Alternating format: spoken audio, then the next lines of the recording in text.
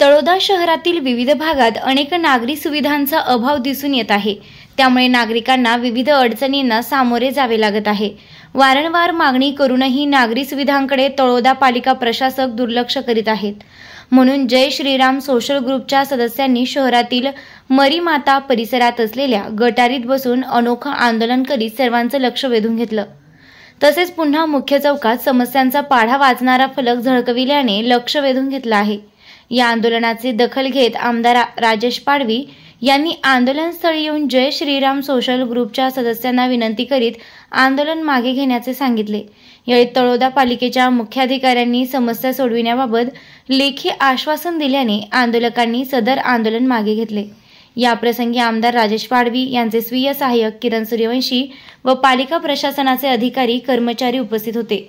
तळोदा पालिकेने लागलीच जेसीबीद्वारे शहरातील गटारींची स्वच्छता सुरू केली आहे।